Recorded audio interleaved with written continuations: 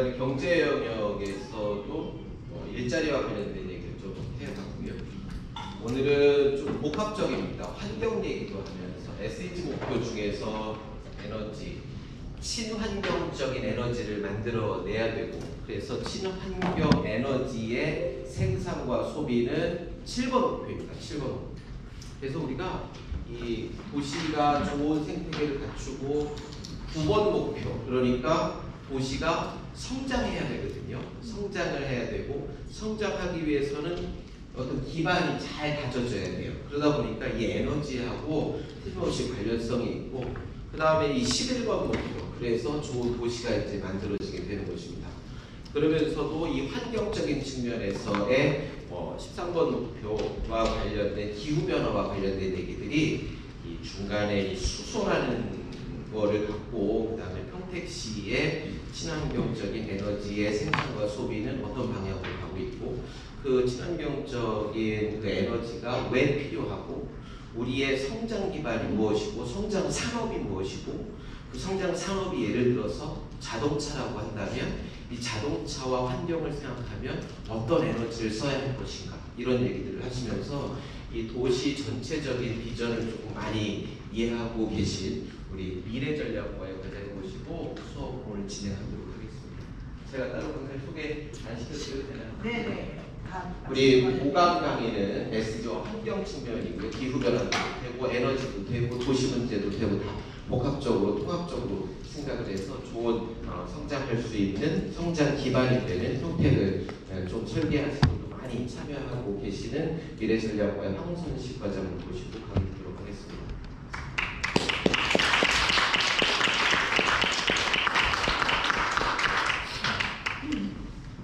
네, 여러분 안녕하세요. 소개받은 평택시 미래전략과장 황순식입니다. 지난번에 여러분들 그 지속가능 발전대학 입학식에 저도 왔었는데요. 또 이렇게 뵙게 돼서 반갑습니다. 제가 설명드리는 부분은 제가 아주 전문가는 아니고 제가 담당하고 있는 일과 관련해서 좀 어떻게 보면 전문적이지는 않지만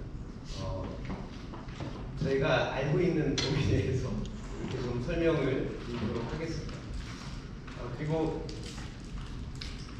중간에 제가 좀 퀴즈를 좀 내려고요. 제 자리에 기념품이 있어가지고 제가 챙겨가고 왔거든요. 그래서 몇 개요? 네. 그래서 전문은 아니지만 좀 전달해 드리도록 하겠습니다. 이응현 교수님께서 이제 말씀 주셨듯이 지속가능 발전 목표 중에 이제 하나인 환경과 에너지 부분에 대해서 좀 말씀을 드리려고 하는데요. 그래서 제목은 탄소 중립과 수소 에너지를 중점으로 좀 설명을 드리도록 하겠습니다. 제가 설명드릴 것은 이산화탄소가 왜 문제인가, 그리고 이러한 문제를 해결하기 위해서 세계 각국은 어떤 노력을 하고 있는가, 그리고 좀 생소하지만 수소에너지가 어떤 에너지인가, 그리고 평택시는 어떤 비전을 가지고 어떻게 준비하고 있는가, 그리고 수소에너지 하니까 이제 어떤 분들은 수소폭탄 아니냐, 그래서 안전에 대한 부분을 잠깐 이야기하도록 하겠습니다. 여러분께서는 CO2를 어떻게 알고 계시죠? 이산화탄소. 이거 당연하죠, 이산화탄소. 근데 맞죠. CO2, 그러니까 C라는 탄소 하나와 산소 두 개가 이렇게 결합이 된 그런 화학 물질이죠. 어떻게 보면 이산화탄소입니다. 근데 이 이산화탄소를 지금 우리는 어떻게 부르느냐면 지구 온난화의 주범이다 라고 얘기를 하고 있습니다.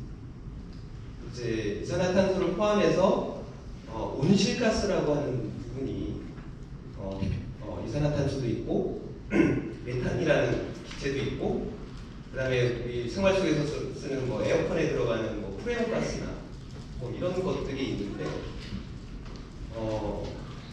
이산화탄소가 지구 온난화를 일으키는 건 이렇습니다. 뭐냐면 태양열이 이제 지구로 이제 오는데, 이게 반사돼서 다시 우주로 나가줘야 이 어느 정도 이 열을 유지할 수가 있는데 이 온실가스들이 열이 나가는 걸 막습니다.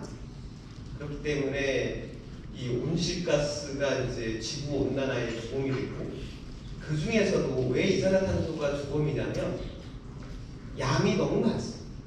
예를 들어서 우리 생활 속에서 쓰는 프레온가스는 온난화 효과는 더 크지만 그 양이 적기 때문에 큰 문제가 되고 있지 않지만, 이산화탄소는 너무 많다.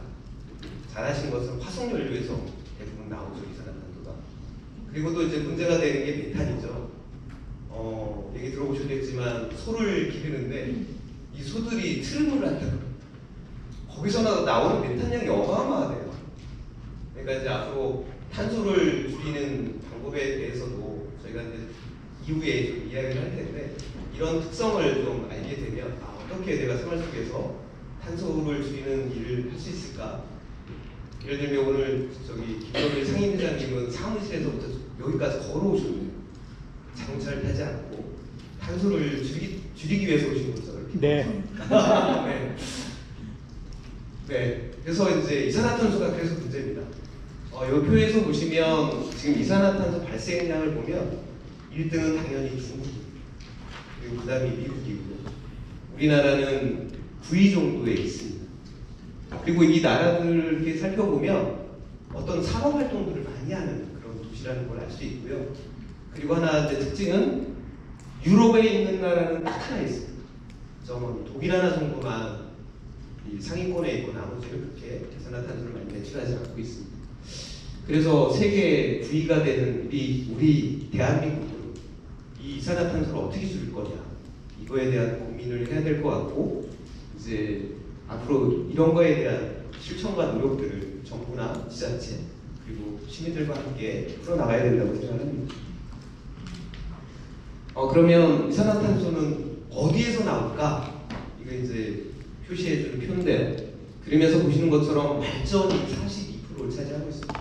우리나라에 석탄 발전도 있고요, 중유 발전도 있고요, 그 다음에 LNG 천연가스 발전이라고 하지만 이 모두 다 화석연료이기 때문에 이산화탄소를 많이 배출합니다. 그리고 그 다음이 많은 곳이 하늘색 20%를 차지하는 게 운송수단에서 이렇게 이산화탄소가 많이 나오고요. 그 다음이 제조 과정, 그 다음에 6%를 차지하는 것은 주거 과정에서 발생하는 이산화탄소들이 이렇게 배출되고 있습니다. 그래서 이런 온실가스, 이산화탄소 때문에 벌어지고 있는 현상이 기후 위기, 기후 변화잖아요. 지금 우리나라도 최근에 폭우로 인해서 예년에 없었던 폭우가 극한 가물라고 표현을 하던데요. 이런 폭우가 내리고 있고요. 어디는 온도가 높아서 산불이 일어나기도 하고, 지금 북극에 있는 빙하는 점점 이제 녹아내리고 있고, 최근에 미국도 지금 기온이 50도를 넘어섰다고 합니다. 아마 우리나라의 기후가 50도를 넘는다라고 하면 정말 건강이나 생명을 잃는 사람도 많이 이제 나올 거라고 생각하는데요. 이런 기후 위기가, 기후 변화가 이제 머지 않았다는 것을 지금 저희는 체감을 하고 있습니다. 그래서 지금 세계 기후 위기 시계를 보면 작년 현재 9시 35분이라고 합니다. 그러면 우리 지구가 남은 시간은 2시간 25분밖에 안 남고 있습니다. 그래서 세계 각국들은 2050년까지 1.5도 상승을 사수하자. 그러니까 1.5도가 더 이상 1.5도 이상 올라가게 되면 이제 전문가들은 되돌릴 수 없는 이제 현 지경에 다다를 거다, 이렇게 이제 우려를 하고 있습니다. 그래서 1.5도가 넘어설 경우 아까 말씀드린 폭염이라든가 가뭄, 사막화 심화될 거고요. 특히 곤충이나 생물들이 18% 이상 멸종된다고 이렇게 하고 있고요. 그리고 현재 빙하가 녹으면서 해수면이 계속 높아지고 있습니다. 그래서 저지대에 있는 국가들은 지금 이제 계속 침수가 되고 있는 그런 상황에 있습니다. 그리고 우리나라도 최근 산업화 이후에 1.4도씨가 올랐습니다. 이제 앞으로 어떻게 1.5도씨 이내에서 이걸 유지할까? 이거를 세계뿐만 아니라 우리나라도 이제 고민하고 실천해야 될 때가 맞다고 보여집니다.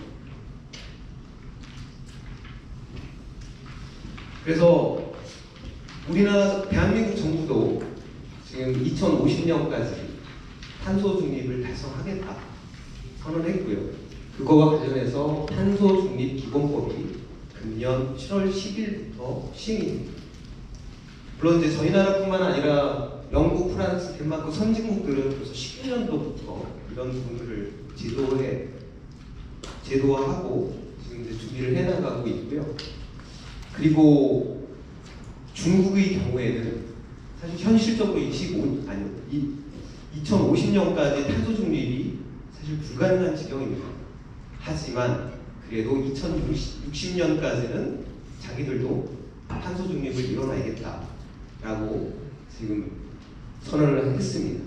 그리고 또 하나는 아까 이제 이산화탄소 배출 2위인 미국도 그때 트럼프 대통령이 있을 때는 이 협약에서 탈퇴를 했어요. 자기 산업을 더 부흥시킨다고. 하지만 이제 정권이 바뀌면서 미국도 다시 파리 기후 협약에 재가입하고 이제 그래서 미국조차도 이제 탄소를 줄이기 위한 노력을 하겠다. 그래서 앞으로 거의 대부분의 차는 전기차를 공급하겠다. 최근에 이제 이렇게 선언을 하고 있습니다. 그리고 유럽의 경우에는 선언하고 제도화하는 것뿐만 아니라 이것을 강제하고 있습니다. 그게 바로 이제 탄소 국경세입니다. 지금 철강이라든가 알루미늄이라든가 시멘트 한 6개 품목을 일단 25년까지 준비해서 탄소 없는 걸로 만들어보자. 그러니까 이제 탄소 국경세가 26년부터는 이 6개 품목에 대해서는 발효가 된다는 거죠. 그래서 우리나라로 봤을 때는 사실 철강 산업이 우리 대한민국이 많이 발달이 되어 있는데요. 지금 포스코라든가 아니면 현대제철이 발등에 불이 떨어진 상황입니다. 어떻게 탄소를 줄일 거냐? 지금 제철 과정에서는 그 철광석에서 산소를 빼내야지 그게 이제 순수한 철로 물질이 변화되거든요. 그래서 그 철광석을 철로 만들기 위해서 어떻게 하냐면 석탄을 뗍니다. 석탄을 1500도씨까지 떼게 되면 거기서 나오는 게 일산화탄소예요. 그러니까 이게 일산화탄소가 CO라는 건데요. 이게 사실 이산화탄소로 이제 변화되는 거죠. 그래서 지금은 이런 일산화탄소를 통해서 철을 만들어내고 있는데 지금 이제 포스코에서도 어떻게 하냐면 수소를 가지고 수소 환원 제철을 하겠다. 그러니까 수소라는 그 물질을 넣어주면 그게 그 산소를 떼어내서 H2O로 변해서 이렇게 나오고, 그러니까 이산화탄소는 없고 그 과정에서 물만 나오는 거죠. 그래서 이런 노력을 저희 철강 회사들도 지금 노력을 기울이고 있습니다.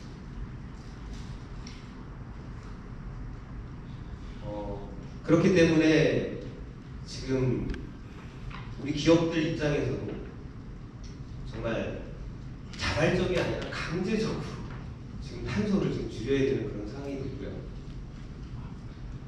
그래서 세계 많은 기업들이 지금 R200에 가입을 하고 있습니다. 이게 전에 우리나라 대통령 그 토론회에서도 나온 단어인데요. 여기서 질문, R200이 뭔지 아시는 분 계실까요? R200이 무엇을 뜻하는지? 네?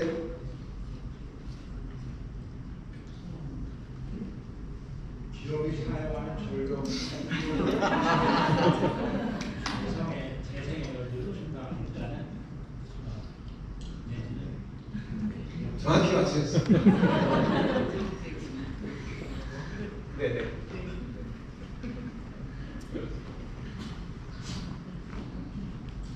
저기 박수 한번 주시죠. 그러니까 R200이라는 거는 우리가 말 그대로 재생에너지 100%. 그러니까 친환경 에너지만 가지고 제품을 생산하겠다. 근데 여기 밑에 보면 외국의 다양한 기업뿐만 아니라 우리나라에서도 대표적인 삼성부터 LG 에너지 솔루션, SK, 많은 기업들이 지금 여기에 가입을 했습니다. 그렇기 때문에 이 기업도 앞으로 제품을 생산해서 뭐 예를 들어서 유럽에 판매하려면 당장 친환경 에너지, 물론 이제 초창기부터 100%를 달성하라는 건 아니고 이제 연도별로 그 사용량이 이제 늘려야 되는 거예요. 그래서 2050년까지는 100% 아리백을 달성을 해야 되는 그런 이제 상황에 있고요. 이 우리나라 기업 중에서 가장 또 아리백과 관련해서 발등에 불이 떨어진 게 저희 관내에도 있는 기업인데요. LG 이노텍이라는 기업이 있습니다. 이 기업이 생산하는 건 주로 핸드폰에 있는 카메라 있잖아요. 카메라 장치. 그 카메라 모듈을 지금 애플사에 납품하고 있는 게 LG 이노텍인데요. 애플에서 먼저 우리한테 부품을 납품하려면 아리백을 준수해가지고 와. 아직 뭐 탄소국경세가 시행되기 이전에 벌써 애플은 아리백을 지금 강조를 하고 있어요. 그러다 보니까 지금 LG 이노텍은 친환경 에너지 자기가 그걸 직접 쓰든 아니면 그 탄소 배출 증권을 구입을 하든 해야 되는 거거든요. 근데 이제 우리나라에 그런 친환경 전력 에너지가 많지 않다 보니까 이것을 확보하는데 상당히 지금 애를 쓰고 있다고 합니다. 그래서 지금부터 이제 수소 에너지를 에너지에 대해서 이제 만나보실 텐데요. 수소 에너지가 뭔가 전문가들은 우리 지구에 가장 많은 원소가 수소라고 합니다. 지구의 75%가 수소 원자로 이루어져 있다고 하는데 그게 일반적으로 존재하지는 않아요. 그러니까 그 물질 중에서 수소를 이렇게 가져와야 되는 일이 좀 있습니다. 그래서 지금 뭐 수소 사회라고 하기도 하고 수소 도시라고도 하는데 이제 화석연료도 이제 고갈되는 상황으로 있고 또 문제는 그 화석연료로 인해서 이산화탄소가 많이 나오기 때문에 환경 문제도 심화되고 있기 때문에 많은 나라들이 지금 이제 수소 에너지로 전환하려고 하는 노력들을 기울이고 있습니다. 그 중에서도 다행히 우리 대한민국이 그리고 저희 평택시가 먼저 수소 에너지로 전해내 나가기 위해서 노력을 하고 있다는 말씀을 좀 드립니다. 그러면 이 수소가 어떻게 에너지로 쓰일까? 이 부분을 좀 저희가 이해를 해야 그 다음 부분을 저희가 좀 설명을 드릴 수가 있을 것 같아요. 저희도 이제 어렸을 때 과학 시간에 좀 들었던 얘기인데요. 뭐냐면 물을 전기 분해하면 물이라는 게 이제 H2O잖아요. 그러니까 수소 원자 두 개와 산소 하나가 이제 붙어 있는 게 물인데 그거를 전기 분해하면 수소와 산소로 분리된다. 이 정도는 이제 저희가 이제 배웠던 거죠. 근데 이제 거꾸로입니다. 뭐냐면 이러한 장치 속에 뭐 전해질이라는 물질이 있고 여기 분리막이라는 게 있고 그래서 한쪽에는 이렇게 수소 원자를 넣어주고요. 한쪽에는 이제 공기 중에서 산소를 풀어서 이렇게 넣어줍니다. 그러면 둘이 결합을 하면서 이 전자가 이동하는 현상이 이루어져요. 그러면서 전기가 만들어지고요. 이렇게 화학 반응하는 과정에서 열이 발생합니다. 그러니까 이 기계 연료전지라고 하는데요. 이 기계에 수소와 산소를 넣어주면 전기와 열이 생성이 돼요. 그래서 지금 보시는 것처럼 산소, 빨간 게 산소거든요. 산소 원자 하나와 수소 두 개가 붙어서 이 과정에서 나오는 건 전기와 열과 최종적으로 물만 나옵니다.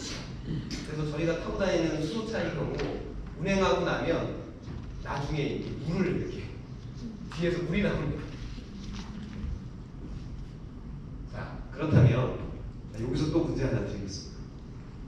이제 다음에 그럼 수소는 우리가 어떻게 만들 거냐? 공기 중에 있는 걸 추출할 수도 없고 수소를 어떻게 만들 거냐? 제가 설명을 드릴 텐데 그 중에서도 이제 그린 수소라고 합니다. 그린 수소. 그린 수소는 어떤 방법으로 만들까? 요가 이제 퀴즈가 되겠습니다. 네, 민 선생님. 풍력이나 자연 바람이나 뭐 이런 태양 태양광이나 이런 걸 이용해서 전기를 만들어가지고 그 전기로 물을 전기 분해해서 수소를 만드는 걸 그린 수소라고 한다고 알고 있습니다. 정답입니다. 사실은 제가 좀 여기서 좀 이 부분에서 제가 설명드렸거든요. 뭐냐면 물을 전기 분해하면 수소와 산소가 나온다. 그러면 수소는 에너지로 쓰고 또 산소도 산업용으로 많이 쓰입니다. 네, 그렇게 활용을 하는 거고. 근데 문제는 이제 전기를 지금 선생님께서 말씀 주신 것처럼 친환경적으로 만들어야 돼요. 바로 풍력이나 태양광 이런 거를 통해서 친환경적으로 만든 전기를 가지고 물을 전기에 분해해서 만들어내는 게 그린 수소가 되겠습니다. 저거 안 드려요? 아유, 네, 다시 한번 보내주세요. 네. 자, 수소가 어떻게 만들어지냐? 지금 이제 말씀 주신 것처럼 저는 이제 유럽의 사례를 좀 말씀드리려고 해요. 아까 유럽이 왜 탄소 국경세라는 걸 들고 나왔나 하면 환경을 보존하겠다는 측면도 있지만 본인들이 유리한 걸 활용해서 자기네 경제를 활성화하겠다는 측면에서 들고 나온 거예요. 왜 그러냐면 유럽은 이미 풍력이나 태양광과 같은 재생에너지 발전 비율이 어떤 나라는 60%에 해당하고 있어요. 우리나라는 아직 30%도 근처에도 못 갔는데 유럽은 지금 60%에 가깝습니다. 거기에다가 지금 유럽이 있는 곳이 이제 북해 쪽이거든요. 북해 쪽은 바람이 많이 불고요. 바람이 풍력에 적합한 바람이 초속 7m라고 하는데 이 북해에는 초속 10m, 12m 이렇게 불기도 하고 어떤 데는 막 돌풍이 불기도 한대요. 그리고 또 중요한 거는 바람이 한쪽 방향으로 좀 일정하게 분다는 게 상당히 장점입니다. 사실 제주도에도 저희가 이제 풍력 단지가 있지만 제가 듣기로는 그게 24시간 되는 게 아니고요. 평균적으로 2시간. 그러다 보니 우리나라의 풍력 단지는 효율이 유럽에 비하면 너무 떨어지는 거예요. 그러다 보니까 당연히 여기서 생산하는 원가가 높겠죠. 하지만 유럽은 지금도 이런 풍력이나 태양광을 통해서 발전을 하고 있는데 여기에 더해서 덴마크의 경우에는 이제 에너지섬 프로젝트라고 하는데요. 그 덴마크가 저희처럼 이렇게 반도 비슷하게 되어 있어요. 그런데 그 반도에서 80km 떨어진 해상에다가 인공섬을 축구장 18개 면적의 인공섬을 때려 짓고요. 그 주변에다가 풍력을 240개를 그냥 꽂겠답니다. 그게 2단계 사업인데 그렇게 해서 만들어진 풍력으로 만들어진 전기를 가지고 바닷물을 전기 분해해서 거기서 만들어진 수소를 파이프라인으로 유럽의 다른 나라에 팔겠다. 이게 이제 그들의 전략이더라고요. 그리고 네덜란드도 H2 아프지 프로젝트인데요. 여기도 마찬가지로 해상 풍력을 통해서 기존의 천연가스 배관까지 활용을 해서 이거를 육지로 보내겠다는 겁니다. 그러면 육지에서 수소를 가지고 에너지로 활용하겠다는 거죠. 그래서 지금 유럽의 경우에는 2050년까지 이 풍력에 8천억 유로, 우리나라 돈으로 따지면 한 1,100조 이상을 투자하겠다는 결정을 했고요. 그래서 단계별로 지금 이렇게 나라별로 진행을 해 나가고 있습니다. 물론 이거를 다 수소로 변환하는 건 아니고 전력으로 직접 쓰는 건 쓰고 그 다음에 일부는 수소로 변환해서 쓰겠다는 겁니다.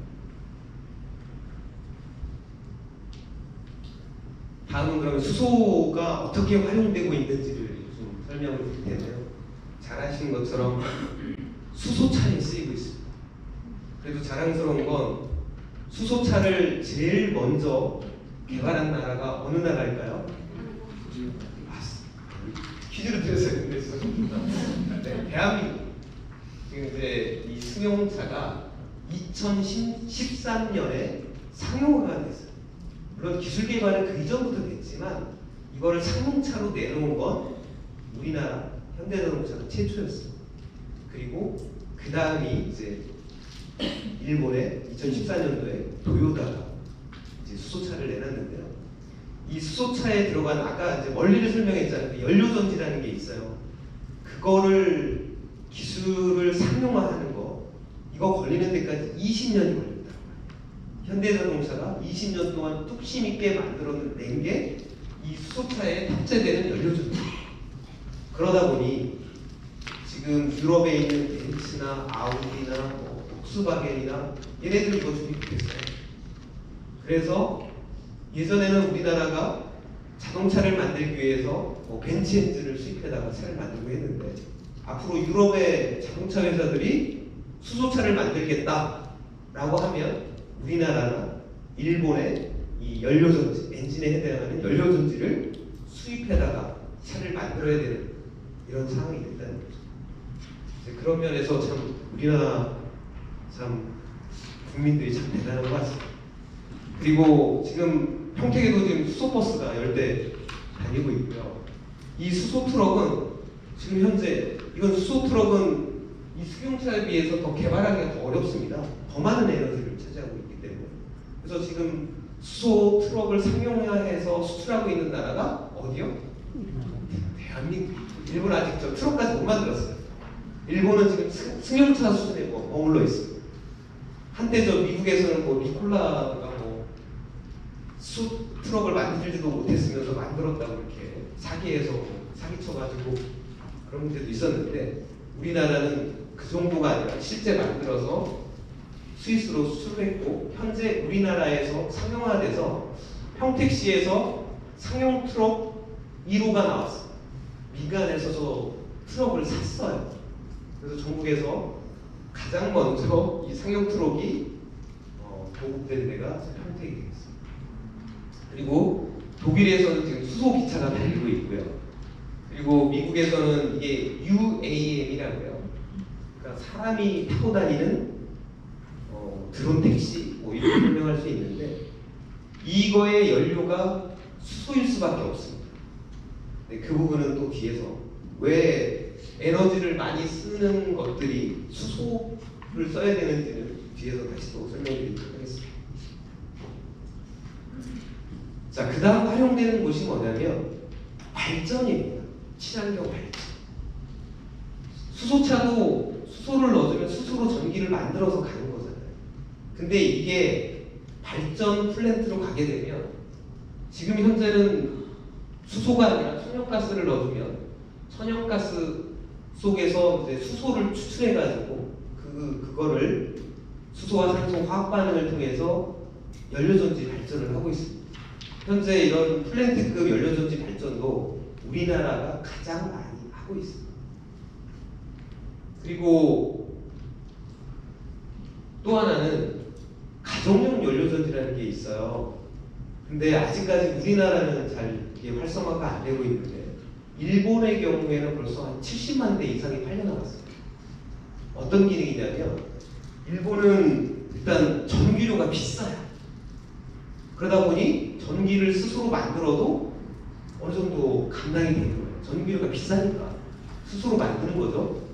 그 수소 가지고 발전을 하고 그 다음에 아까 수소 발전하면서 뭐가 나온다고 제가 말씀드렸죠? 그건 최종적으로 물이 나오긴 하는데 전기 말고 또 에너지가 또 하나 나와요. 열이 나와요. 그러다 보니 가정용 연료전지가 가정용 보일러를 대체합니다. 그냥 난방에만 쓰이는 게 아니라 가정에서 필요한 전기도 만들어내고 있는 거죠. 그러다 보니까 일본의 경우에는 이 가정용 연료전지가 많이 확대되고 있습니다. 그래서 수소 에너지가 쓰이는 곳은 이런 모빌리티, 그 다음은 에너지를 전기나 열을 생산하는 목적으로 사용이 된다. 그러니까 아까 탄소 배출 요인 중에서 가장 큰 게 발전이었고 그 다음에 모빌리티 분야였는데 이 부분을 수소가 대체해 나가고 있다는 겁니다. 자, 여기서 마지막 퀴즈가 나가겠습니다. 자, 저희가 알기로는 전기차도 친환경차고요. 수소 전기차도 친환경차입니다. 과연 어떤 게 더 친환경적일까요? 네. 제일 빠르셨어요. 네. 왜라고 생각하십니까? 왜 수소 전기차가 우리가 이렇게 하니까 조금 설명은 좀 조금 부족하셨지만 그건 제가 뒤에서 좀 보충해드리면 될 것 같고 수소차가 더 친환경적이다 이 부분을 맞췄기 때문에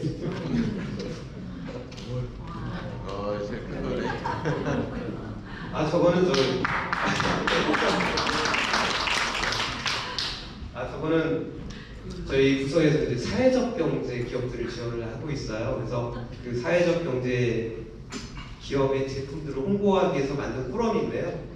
잘 사용해 보시고 주변에도 이런 제품 좋더라. 그리고 사회적 가치를 위해서 우리 사회적 기업들 지원해 주자 이런 의미에서 좀 홍보를 많이 해주시면 감사하겠습니다. 감사합니다. 맞습니다. 수소 전기차가 더 친환경적이에요. 저는 왜 그러냐면 제가 전기차를 담당하지 않고 수소차를 담당하기 때문이기도 한데요. 이렇습니다. 전기차가 스스로 다닐 때는 친환경적인 거 맞습니다.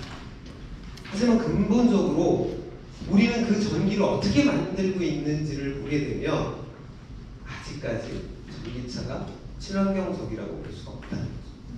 물론 전기를 풍력이나 태양광으로 만들었다면 아니면 수소 발전으로 만들었다면 전기차도 친환경차일 수 있겠으나 아직까지는 석탄, 석유, 천연가스 이런 화석 연료로 지금 전기를 만들어서 그거를 배터리에다 저장을 해서 이용을 하는 거기 때문에 궁극적으로는 수소를 가지고 친환경적으로 전기를 만들어서 에너지를 이용하는 수소 전기차가 현재로서는 더 친환경적이다. 거기에 또 하나 효과가 또 더해집니다. 미세먼지를 잡는 돌아다니는 공기청정기라고 또 얘기를 합니다. 그래서 그 이유는 뭐냐면 아까 이제 말씀드렸잖아요. 수소를 통해서 전기를 만들려면 수소와 뭐를 반응시켜야 된다고요? 산소. 그럼 산소가 어디서 나오죠? 공기 중에 나오죠. 근데 그냥 더러운 공기를 저 기계에다가 넣으면 기계가 고장이 납니다. 그러다 보니까 수소차는 삼중 필터, 성능이 좋은 삼중 필터가 공기를 다 정화해서 미세먼지까지 다 정화해서 산소만 쓰고 나머지는 내보내는 거예요. 그러니까 수소차가 뒤따라가면서 주변에 있는 미세먼지를 다 흡입을 하게 되는 거죠. 그러니까 공기청정기의 역할도 하고 있다는 말씀입니다. 자, 지금부터 저 설명드리는 게 좀 이 강의의 좀 핵심일 것 같습니다. 뭐냐면 우리 세계가, 우리 대한민국이, 우리 폼택시가 탄소 중립을 실천해 나가려면 수소 하나만 가지고는 안 됩니다. 그런 풍력, 태양광, 지열, 또 여러 가지 이산화탄소를 줄일 수 있는 노력들을 기울여야 되는데 그 중에서도 수소가 정말 중요한 역할을 하고 있다. 그러니까 탄소 중립의 모든 것을 수소가 커버해 줄 수는 없지만 그 탄소 중립에 있어서 수소를 빼고서는 절대 탄소 중립을 달성할 수 없다라고 해도 과언이 아니라는 거예요. 그래서 제가 좀 설명을 드리면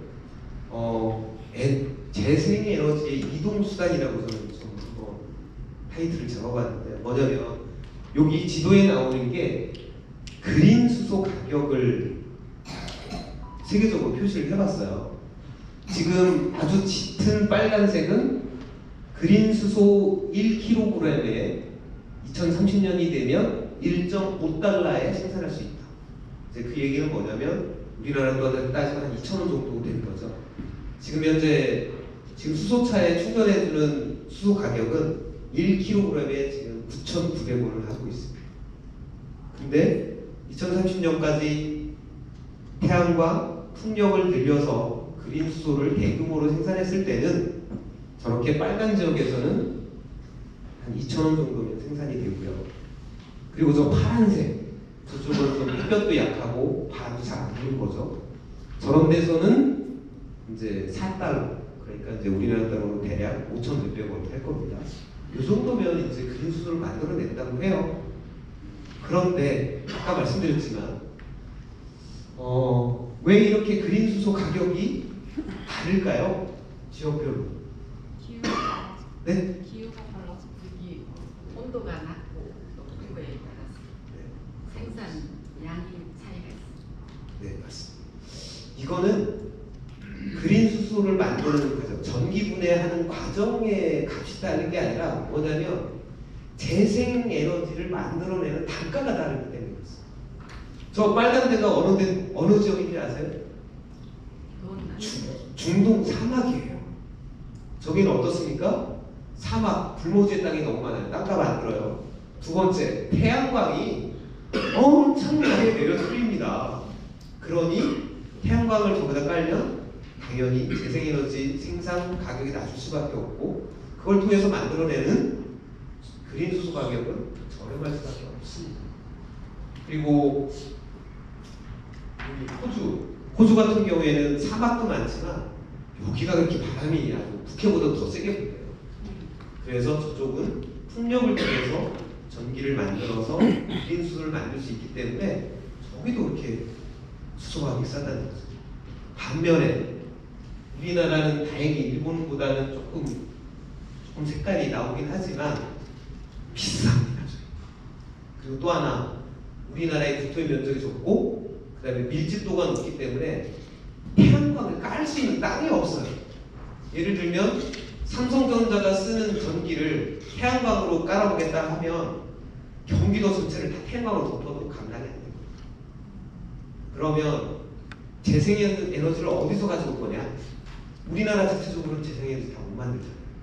그렇기 때문에 이곳에서 재생에너지를 가져와야 됩니다. 그러니까 이 그린 수소를 만든다는 얘기는 앞으로 유전을 개발하는 사업이라고 보시면 되는 거예요. 그래서 앞으로 우리는 이런 나라에서 그린 수소라는 유전을 개발을 해서 우리나라로 가져와야 되는 거죠. 근데 전기를 송전선을 통해서 바다를 거쳐서 이렇게 가져오면 좋겠으나 전기선을 바다에 깔기는 좀 어려움이 있어서 어떻게 해야 되냐면 이렇게 그린 수소로 만들어서 LNG를 배로 싣고 오듯이 수소를 배로 싣고 와야 되는 거죠. 그래서 이런 신재생 에너지를 이동시키는 기능을 이 수소가 감당한다. 그러니까 우리나라에 필요한 신재생에너지를 다른 나라에서 가져와야 되는데 수소 없이는 이동을 시킬 수가 없다는 거죠. 그렇기 때문에 수소의 역할이 중요하다. 이제 두 번째는 이제 제가 저장 문제라고 해요. 저장 문제를 해결한다. 이 말씀을 드리는 게 아까 이제 유럽의 경우도 풍력을 만드는데 그걸 전체를 다 전기로 쓰지 않고 수소로 변환해서 쓰겠다라고 계획을 발표를 하죠. 왜 그러냐면 이렇습니다. 태양광 풍력의 문제점이 뭐냐면 간헐적이라는 거예요. 햇볕이 뜰 때만 전기가 생산되고 해가 지면 전기가 안 나와요. 풍력도 마찬가지로 바람이 세게 불 때는 엄청 전기가 많이 나오지만 바람이 멈추면 전기가 안 나옵니다. 근데 이제 우리 이 전력 그리드라는 게, 전력망이라는 게 여기서 이렇게 간헐적으로 나오는 전기를 다 받아줄 수가 없어요. 예측이 잘 안 되고 하기 때문에. 그래서 이런 전력망에서 받아줄 수 있는 거는 딱 얼마? 30%. 총 전력망 중에서 30%는 이렇게 간헐적으로 나오는 것도 받아줄 수 있지만 30%가 넘어서게 되면 셧다운이 돼요. 지금 최근에 국내에도 지방에 어느 지방에 태양광을 너무 많이 깔아가지고 전기가 좀 너무 간헐적으로 들어오다 보니 셧다운을 지금 걱정하고 있다는 거 하잖아요. 그러면 어떻게 해? 그러면 예를 들어서 전력망으로 공급해 줄 수 있는 전력 말고 추가로 생산된 전기, 그럼 이걸 버릴 거냐? 저장을 해야 되잖아요. 그래서 이제 처음에 나온 건 ESS라는 거예요. 이게 뭐냐면 전기 자동차에 있는 배터리를 이렇게 쉽게 얘기해서 컨테이너만 크게. 근데 잘 아시는 것처럼 전기차의 배터리 하나만 2천만 원 하거든요. 그걸 가지고 이렇게 박스를 만들어서 저장할 수 있는 전기량은 그다음 많지 않습니다. 그러다 보니 우리나라 정부에서 탄소 중립을 발표했을 때 전문가들은 전기료가 3배 이상 비쌀 거다. 왜? 저 친환경 전력을 저장해서 써야 되는데 그러려면 ESS 가격을 감안하면 전력비가 3배 이상 비싸질 거다. 어떻게 우리가 탄소 중립을 하겠냐라고 비판을 했죠. 하지만 이걸 수소가 해결해 줄 수가 있습니다. 여기 이제 P2G라는 개념인데요. 파워 투 게스라고 해서 뭐냐면 이런 겁니다. 우리나라에도 양수 발전이라는 게 있어요. 그러니까 발전소를 껐다 켰다 할 수 없다 보니 전력 수요가 없어도 계속 가동하는 발전소가 있어요. 근데 전기라는 건 저장이 안 되잖아요. 다 버려지는 거잖아요. 그러니까 이제 시내에 어떻게 하냐? 호수에 있는 물을 산꼭대기로 퍼올립니다. 남는 전기니까 어차피 버리는 전기니까. 그랬다가 전기가 딸린다. 그러면 수문을 열어서 물을 떨키는 거죠. 그러면 수력 발전이 되는 거예요. 그렇게 해서 어떻게 보면 에너지를 이렇게 저장했다가 쓰는 거죠. 그래서 지금 이렇게 풍력이나 태양광에서 간헐적으로 생산이 돼서 전력 그리드에, 전력망에 물려주지 못한 나머지 버려야 되는 것들을 약간 그린 수소로 만들어서 그 전기를 가지고 물을 전기 분해해서 이렇게 수소 탱크에 저장했다가 전기가 필요하면 어떻게? 아까 연료전지나 이런 데다가 투입을 하게 되면 바로 전기가 나오는 거예요. 그래서 이런 우리나라도 이제 앞으로 이제 계속 풍력이나 태양광을 목표로 할 텐데요. 이런 간헐적인 문제. 그래서 저런 재생 전력을 저장하는 기능을 앞으로 이제 수소가 담당을 하게 됩니다.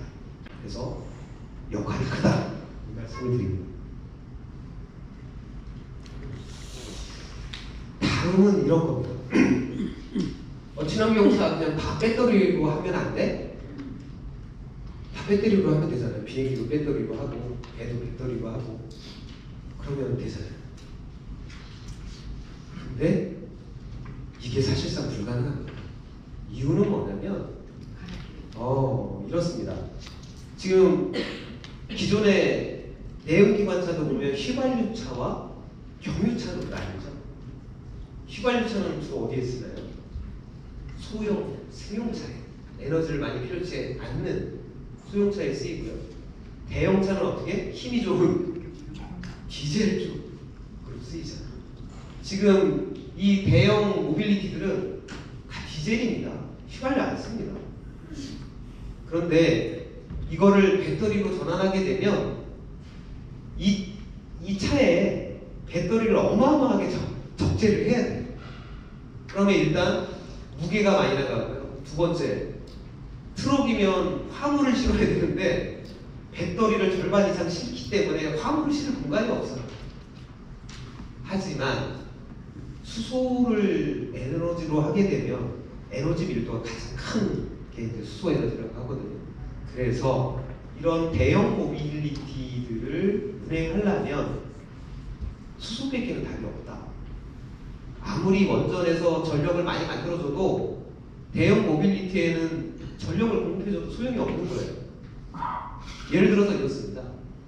저희가 잘 아는 드론 채공 시간이 얼마냐면 30분을 못 나요. 이게 제대로 안착하는 시간 빼면 거의 20분 나갑니다. 20분. 그렇다고 해서 드론에다가 배터리를 하나 더 추가해 주잖아요. 많이 나를 것 같지만 무게 때문에 또 많이 못 나요. 하지만 최근에 수소 드론이 나왔어요.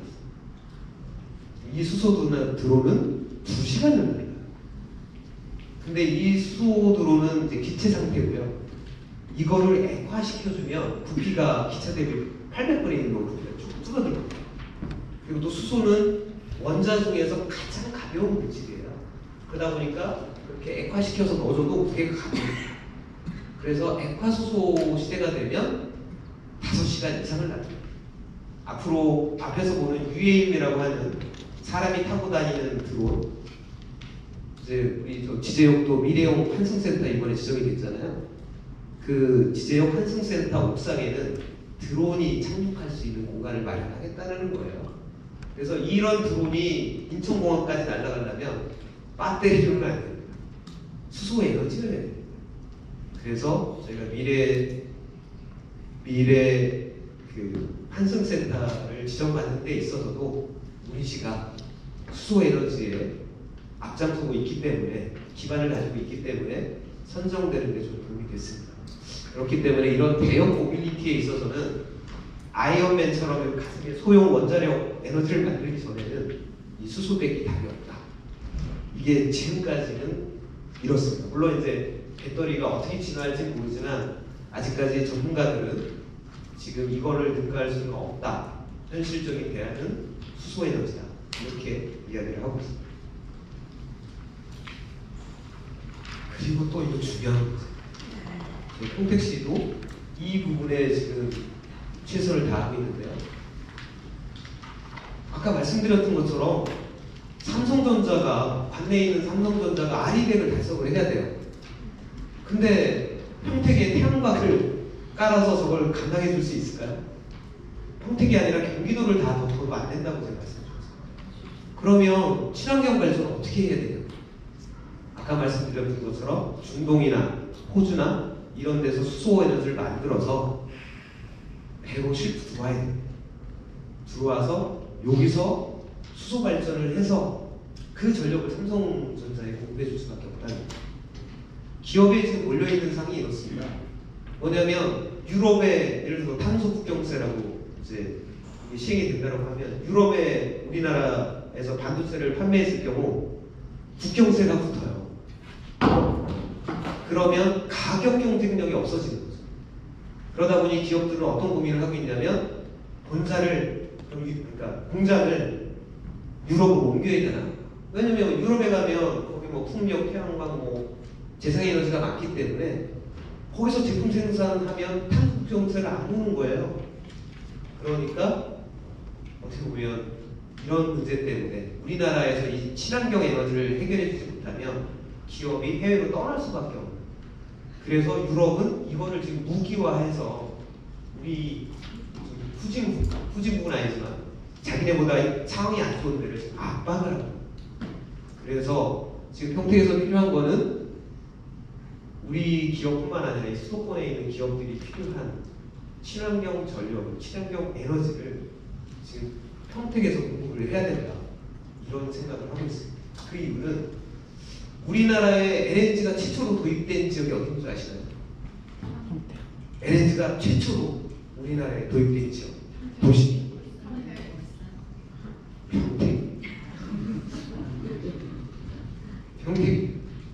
평택이 수소를 시작한 이유도 평택에 LNG 기지가 있기 때문이었습니다. 아까 이제 제가 설명을 다 못 드렸는데 수소를 만드는 방법이 여러 가지가 있어요. 뭐가 있냐면 수소 종류를 어떻게 했냐면 색깔로 표시하는데요. 그레이 수소라는 게 있습니다. 우리나라에 지금 유통되는 대부분이 그레이 수소예요. 어디서 나오냐면 울산 여수 석유화학단지에서 나오는 부수적으로 나오는 수소가 기체 생태로 수도권으로 실어 올리는 거예요. 그 다음 단계, 그러니까 이제 이 수소는 청정 수소가 아닌 거죠. 아주 나쁜 수소인 거죠. 지금 현재 우리나라는 나쁜 수소밖에 없고 대부분 나쁜 수소예요. 그 다음 이제 두 번째는 이렇게 이제 화석연료에서 나왔지만 이산화탄소를 포집해서 재활용하는 그러니까 이산화탄소를 처리하는 수소. 그러니까 그레이 수소처럼 화석연료에서 나왔지만 이산화탄소를 좀 처리했어. 그러면 조금 더 좀 친환경적이잖아요. 그래서 이걸 블루수소라고 해요. 블루수소. 그래서 저희는 LNG 기지에 있는 천연가스. 아까 천연가스의 주 성분이 메탄이에요. CH4.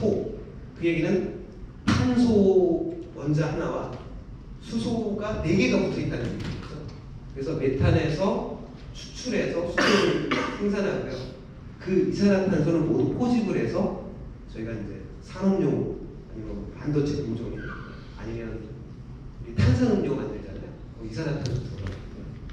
그런 용도로 이제 쓴다. 그래서 그거를 이제 블루수소라고 하는데 지금 이제 그린 수소는 앞으로 2030년까지 기반들을 구축해 나가야 되는 거고 당장 수소가 필요하기 때문에 저희 평택시가 먼저 나서서 LNG 기지에 있는 천연가스를 가지고 지금 저희가 수소 생산 기지를 지자체 중에서는 가장 큰 규모로 저희가 2일 7톤 정도 생산을 하고 있습니다. 그리고 다음 달에는 그 이산화탄소를 포집하는 그런 플랜트도 착공을 했습니다. 저희는 이제 블루 수소를 이렇게 그린 수소가 나오기 전까지는 활용을 하다가 이제 그 다음에는 해외에서 그린 수소를 도입해 오겠다. 근데 이미 LNG 기지가 있고요, 석유공사 부두가 있고요. 이들도 지금 이제 천연가스 수요 줄어들죠. 석유공사도 이제 수요가 줄어드니까 어떻게 전환해야 되잖아요. 그러니까 자기네 있던 시설들을 활용을 해서 해외에서 수소를 도입하겠다. 그리고 바로 옆에 서부발전이라는 또 발전소가 또 생겼습니다. 이 서부발전은 이렇게 들어온 수소를 가지고 수소 발전을 하겠다. 그러면 그 수소 발전을 이런 기업이 RE100을 달성할 수 있도록 지원해주겠다. 그것들을 저희 평택시가 나서서 지금 그런 기업들과 함께 그림을 그리고 있습니다. 그래서 우리나라의 기업들이 경쟁력을 잃지 않게 RE100을 달성하게 하려면 현실적인 대안이보다 수소다. 네, 수소입니다. 네, 이런 자부심을 가지고 일하고 있습니다. 자, 그러면 그동안 저희가 비전으로 준비했던 비전 영상인데요. 그 평택항과 그 LNG 기지를 중심으로 해서 저희가 1단계, 그러니까 수소를 생산하는 수소 특화단지, 그리고 그 수소를 에너지로 활용하는 항만, 그리고 그거를 활용하는 도시, 그러니까 수소 특화단지와 항만과 도시가 하나로 융합돼 하다 보니까 전문가들은 이게 세계적인 모델이래요. 이런 모델이 아직까지 세계에서는 안 나왔다는 거죠. 그 영상을 함께 보도록 하겠습니다. 네, 영상 있습니다.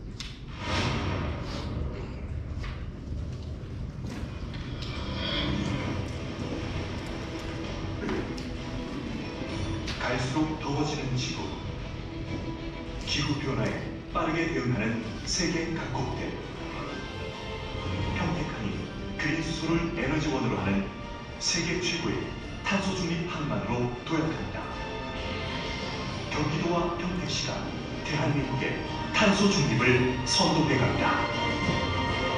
기후 정의가 실현되는 평택항 탄소 중립 수소 복합지구. 국가경제의 견인차 경기도. 그러나 경기도가 배출하는 온실가스는 2018년 1억 3천만 톤으로 전국 1위를 차지하고 있고, 최근 5년간 연평균 3.5% 증가해 전국 평균을 웃돌고 있습니다. 경기도는 특히 수송 부문의 온실가스 배출 비중이 높고 태양광이나 풍력 등 신재생 에너지 확대에 어려움이 있어 탄소 중립을 위해서는 수소 에너지로의 대전환이 현실적인 대안입니다. 이에 따라 경기도와 평택시는 전국 최초로 평택시 수소산업단지, 수소도시, 수소항만을 연계하는 제1호 경기도형 탄소중립 수소복합지구를 조성하여 탄소 중립을 실천하고 기후변화에 선제적으로 대응해 나가고자 합니다. 평택항 탄소중립 수소복합지구의 핵심인 평택수소특화단지는 전국 최대 규모의 LNG 인수기지가 입지한 평택 원정지구에 2024년까지 16개 기관 및 기업이 참여해 수소 생산 및 액화, 연료전지 발전, 장비 제도 등 수소 전문 기업과 수소 전담 지원센터가 집중된 수소 전주기 특화단지로 구축됩니다.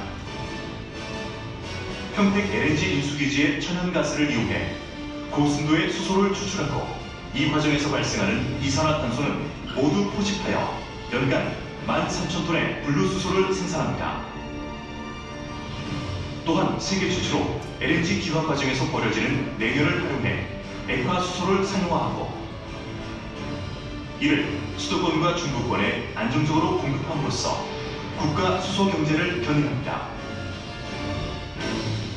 평택항 배후도시는 2030년까지 교통, 산업, 상업, 주거에 이르기까지 수소 에너지를 사용하는 친환경 수소 도시로 조성됩니다. 평택 수소 특화단지에서 평택항 배후 도시까지 수소 배관망을 연결해 건물마다 수소 연료 전지가 설치되어 화석 연료 기반의 전기와 보일러를 청정 수소 에너지로 전환하고 평택항 배후 산업단지에는 수소를 활용하는 다양한 수소 연관 기업들이 입지해 지역 경제를 활성화할 것입니다. 또한 수소 특화 단지에서 공급되는 냉온열 에너지를 활용한 스마트팜 테마파크를 구축해 지역 주민의 소득 향상에 이바지함은 물론 수소 에너지와 미래 농업을 체험할 수 있는 힐링, 여가, 문화 공간으로 조성하여 수소 에너지에 대한 주민 수용성을 확산해 나갈 것입니다. 평택항은 2040년까지 청정 수소 항만으로 거듭난다.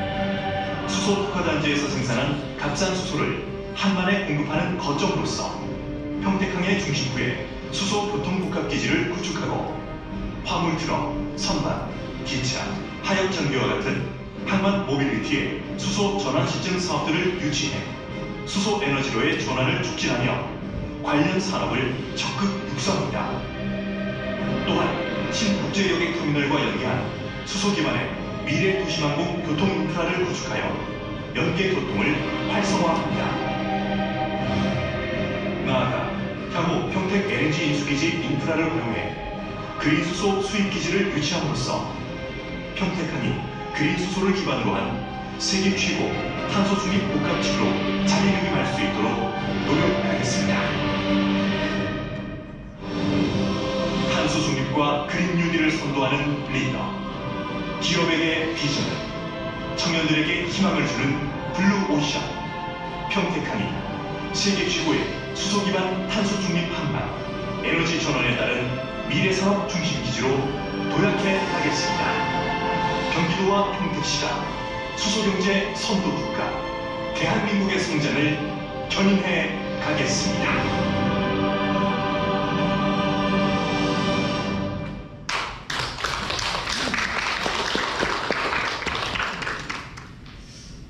이 내용이 저희 평택시 비전이기도 하면서 저 부분들이 하나하나 지금 이루어지고 있어요. 지금 아까 이제 수소산업단지 얘기했는데 국가공모사업 중에서 수소 생산시설이 준공이 돼서 지금 수소가 생산되고 있고요. 그리고 작년에는 저희가 수소 도시로 선정이 돼서 그 지금 호승 빅스지구에 조그맣게나마 시범적으로 아파트와 그 단독주택에 수소 에너지를 주거에 활용하는 그런 수소 도시를 또 정부 지원을 받아서 구축해 나가고 있고요. 그리고 수소 교통복합기지라고 이제 평택항을 오가는 그 화물 트럭에 수소를 공급하기 위한 교통복합기지로 저희가 국가공모사업에 선정이 돼서 지금 이제 준공 단계에 있습니다. 준공식은 다음 달 정도 말이나 이렇게 하게 될 것 같은데요. 지금 이렇게 시작이 되고 있고, 그다음에 여러 기업들을 통해서 저희가 6천억 이상의 투자 유치를 받았습니다. 그래서 현재 저희 시가 운영하는 그 인프라 구축 사업비는 2천억이 넘습니다. 그게 다 시민들의 세금은 아니고요. 2천억 중에서 13%만 저희 시가 부담하고 나머지는 모두 국비와 기업들이 투자합니다. 그러니까 저희 부서는요, 예산을 쓰는 부서가 아니라 예산을 만들어서 쓰는 부서. 이게 이제 아까 동영상에서 설명드린 이제 그 수소도시 모델인 거죠. 이게 이제 뭐 전체적인 수소도시는 아니고 이제 첫 모델을 저희가 만들어 본 건데, 항만과 도시 그리고 수소 특화단지가 이렇게 혼합된 이런, 어떻게 보면 평택이 입지 여건이 좋은 거죠. 그거를 저희가 잘 활용을 해서 수소 도시를 구축해 나가고 있다는 말씀드리고요. 이게 앞으로 평택시뿐만 아니라 수도권에 이제 친환경 전력과 그 친환경 에너지로 생산된 온수를 공급하는 그런 시설로 확대해 나갈 계획입니다. 그리고 저희가 아무래도 이제 수소를 하다 보니까 수소차 보급도 지금 다른 도시보다는 좀 선도적으로 좀 하고 있는데, 저희가 특히 지금 올해 현재 그 승용차는 1200대, 버스는 하반기에 10대가 더 추가되면서 20대, 트럭 2대, 충전소는 이제 8개 정도가 될 거고요. 궁극적인 목표는 2030년까지 우리 자동차의 10% 정도는 수소차로 전환하자라는 목표를 가지고 사업을 추진해 나가고 있습니다. 그리고 평택시가 잘한 건 수소차는 보급하는데 충전소가 없으면 매우 불편하잖아요. 그래서 저희는 과감하게 시민들의 불편을 줄이기 위해서 번역별로 먼저 수소 충전을 먼저 구축을 했습니다. 그래서 처음에 북부는 블루 수소 충전소 20년 만에 오픈을 했고요. 그리고 남부 지역에는 팽성 충전소가 21년, 그리고 서부 지역에는 현덕 충전소가 21년, 그리고 22년에는 월곡 버스 차고지가 생겨났고요. 그리고 앞으로 이제 지제역 버스 차고지에도 수소 충전소가 들어서고, 그다음에 지금 송탄 쪽에 송탄 소금소 앞에도 내년 초면은 또 상용 트럭을 충전해서 충전소가 만들어지고, 그리고 이제 앞으로는 좀 민간들이 투자해서 충전소를 구축할 수 있도록 좀 지원해 나갈 계획입니다. 저희가 지금 중점하고 있는 부분이라고 말씀드렸잖아요. 지금 저희는 이렇게 가스 공사를 통해서 해외의 그린 수소를 LNG처럼 마이너스 250도의 차고 액체 상태로 들어오는 방안을 가스공사와 함께 진행을 해나가고 있고, 근데 이제 액화수소를 배로 실어오는 게 기술적으로 상당히 좀 어려움이 있나 봐요.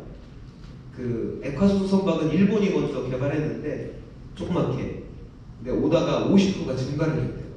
그래서 좀 이 부분은 좀 늦어지고 있고, 다른 한편으로는 저희 한국석유공사와 같이 이제 수소를 공기 중에 있는 질소하고 합성하게 되면 암모니아가 됩니다. 그래서 암모니아 형태로 배로 싣고 와서 그거를 가지고 석유 발전에서 수소 발전을 해서 그거를 아리백이 필요한 삼성을 비롯한 국내 기업, 향후에 규모가 더 커지면 우리나라의 기업들의 그 친환경 전력을 지금 평택이 좀 감당을 해야겠다는 생각을 가지고 열심히 진행해 나가고 있다는 말씀을 드립니다. 근데 제가 저 명강사는 아닌 것 같습니다. 하다 보니까 시간이 좀 많이 늘어났네요. 그래서 다음번 안전 부분인데요. 이거 말씀드릴게요. 수소폭탄 아니고요. 이미 수소는 150년 전부터 산업용으로 계속 쓰여왔습니다. 우리 모빌리티에 적용된 게 근래에 적용된 거지 이미 산업용으로 쓰여왔고요. 안전하게. 그리고 여기 LNG, 도시가스, 수소를 비교해보면 수소가 위험도가 가장 낮아요. 그 이유는 뭐냐면 수소가 혹시 누출이 됐을 때 제가 말씀드렸죠. 수소가 가장 가벼운 원자라고. 그 다음에 누출이 되는 순간 그냥 공기 중으로 날아가 버립니다. 반면에 이제 LPG라고 하는 이 가스는 누출이 되면 그냥 밑에 가라앉아요. 그래서 지하 같은데 이게 가라앉아 있는지 모르고 누가 라이트를 켜면 폭발하는 거예요. 그렇기 때문에 수소가 뭐 안전하다고 할 수는 없지만 그나마 좀 안전하고, 그 다음에 이 안전을 관리할 기술들은 충분히 있다. 그러니 그것들을 저희가 안전하게 잘 활용을 해 나가보자, 이런 취지라는 걸 이해해 주셨으면 감사하겠습니다. 이것으로 제 강의를 마치겠습니다. 감사합니다.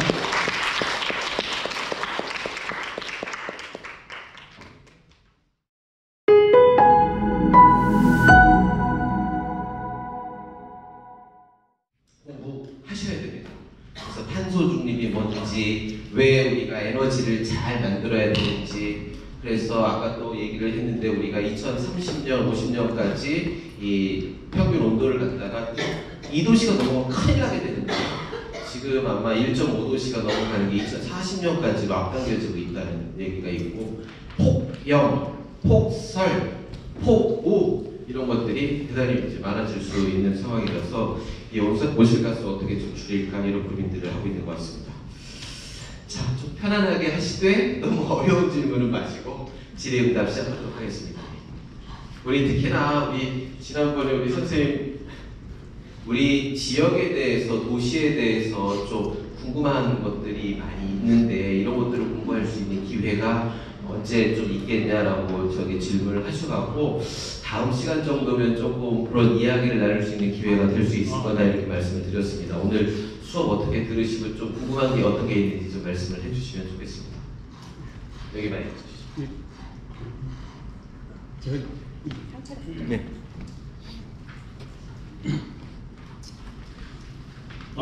매번 제가 질문을 드리고 죄송한데 오늘 강의 정말 잘 들었네요. 근데 제가 이런 질문을 드리는 게 맞는지 모르겠는데 제가 이제 강의를 들으면 말미까지 들으면서 생각이 든 거는 저희 황선식 강사님께서 말씀하신 내용이 마치 평택항에 수소에너지 물류센터 내지는 에너지 발전소를 짓는 어떤 그 시민의 어떤 동의를 얻기 위한 그런 내용에 가깝다는 생각이 들었어요.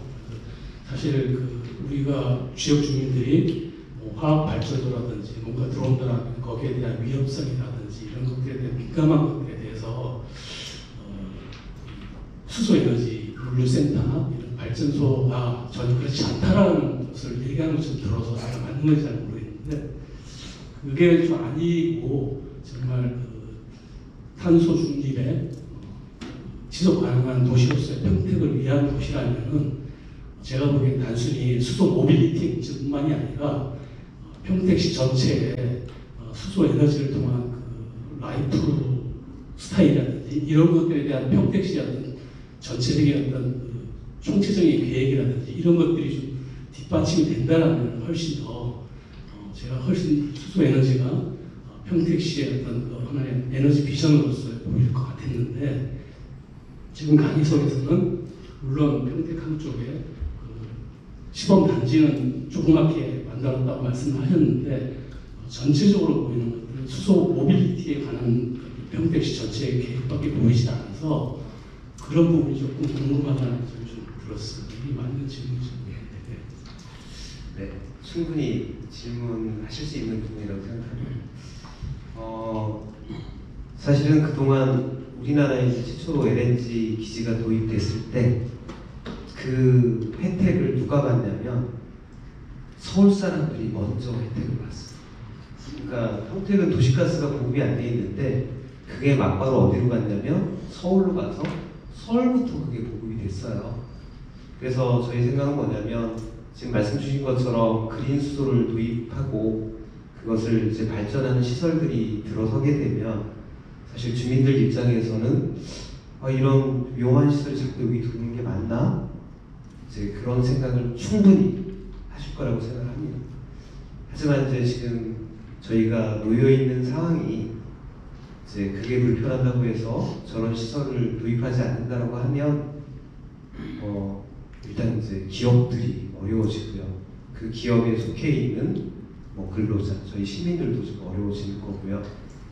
그렇기 때문에 이 부분은 좀 일부 불편하신 분이 있다 하더라도 전체 시민들 그리고 우리나라의 국가라는 차원에서는 좀 필요하다고 보여지고요.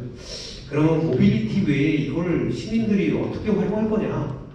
사실은 눈으로 잘 안 보일 수는 있습니다. 왜? 전력은 다 그냥 받고 있는 거잖아요. 이게 친환경 전력인지 화석연료가 만든 전력인지 그거를 체감하는 건 좀 사실 쉽지는 않습니다. 하지만 분명히 수소가 그린 수소가 해외에서 들어와서 발전이 이루어진다라고 하면 인근에 있는 평택부터 먼저 공급을 하게 될 거고요. 물론 이제 그게 전력망에 묶이다 보니 참 나누기는 어려워요. 하지만 저희 생각은 뭐냐면 저기서 나오는 그 친환경 전력 구매권을 구매해야 되거든요. 기업들이 그 구매를 지역을 우선한다라는 조항을 넣어서 저희 지역부터 친환경 전력을 좀 활용할 수 있게 하려고 하는 거고요. 두 번째는 그런 가정의 경우에는 또 에너지 차원에서 어떻게 느껴지냐면 저희는 일본하고 다르게 가정용 연료 전지로 접근할 생각은 없습니다. 그 이유는 현실적으로 안 맞아요. 전기료 자체가 다르기 때문에 가정용으로는 그 투입한 그 비용을 회수하기가 쉽지 않다. 그래서 지금도 일부 가정용 연료전지가 국내에도 아주 소수지만 보급되는데 거기는 전력을 많이 쓰는 아주 큰 가정, 거기는 누진세가 이렇게 부과가 되기 때문에 그런 데는 저런 태양광이나 연료전지를 했을 때 효과가 있지만 일반 가정에서는 연료전지를 놨을 때 효과가 없습니다. 그러면 가정에서는 그럼 어떻게 쓰이도록 할 거냐면 지금 새롭게 도시가 조성이 될 때는 다 보일러를 집에 두지 않습니다. 뭐냐면 뜨거운 온수를 받죠. 집단 에너지 공급이라고 하는데 지금 현재 이 소사벌 그리고 고독 신도시 지금 만들어지는 곳들은 다 지금 현재는 발전소에서 오는 열을 배관으로 받아서 사용을 하고 있어요. 근데 이 부분도 사실 탄소를 줄이는 방법입니다. 각 가정에 보일러가 있다면 효율도 떨어지지만 거기서 또 이산화탄소가 계속 발생되는 거잖아요. 하지만 발전 과정에서 만들어진 열을 쓴다는 측면에서 에너지 효율이 상당히 높아지고요. 그리고 근데 이제 앞으로는 저희가 수소 발전을 하게 되면 거기서 나오는 그 온수를 지금 집단 에너지 공급망을 통해서 각 세대에 다 보낼 겁니다. 그렇게 되면 각 세대에서 난방으로 쓰는 열이 그게 화석연료가 만든 열이 아니라 이런 친환경 발전이 만들어낸 열이 될 거고요. 또 하나는 저희 최근에 관내 기업 두 군데하고 MOU를 했어요. 한 군데는 경동나비엔이라고 저희 사실 뭐 쌍용자동차와 마찬가지로 지역의 무슨 토속 기업이라고 할 수 있는데 이 기업도 지금 그동안은 크게 성장하는 기업이었는데 위기를 맞고 있습니다. 그 이유는 보일러가 이산화탄소 문제 때문에 이제 사양 산업이 되고 있어요. 그러다 보니 그 경쟁사인 기뚜라이도 요즘 광고를 어떻게 하냐면 저희는 보일러 회사가 아니에요. 친환경 에너지 솔루션 업체입니다라고 얘기를 하고 있어요. 그러다 보니까 경동나비엔도 최근에 어떤 제품을 개발했냐면 온수를 가지고 에어컨을 돌리는 시스템을 개발했습니다. 뭐냐면 저 집단에너지 사업자 입장에서도 온수를 겨울에만 팔 수 있지 여름에는 써주는 데가 없어요. 그렇기 때문에 경동나비엔이 개발한 이 장치는 어떻게 보면 버려지는 열을 쓸 수 있는 그걸 통해서 에어컨을 돌릴 수 있는 그런 기술 개발을 한 거죠. 근데 이제 문제는 아직 이게 범용적으로 쓰이지 않다 보니 개발은 했지만 이거를 채택해주는 건설사가 아직까지 없는 거예요.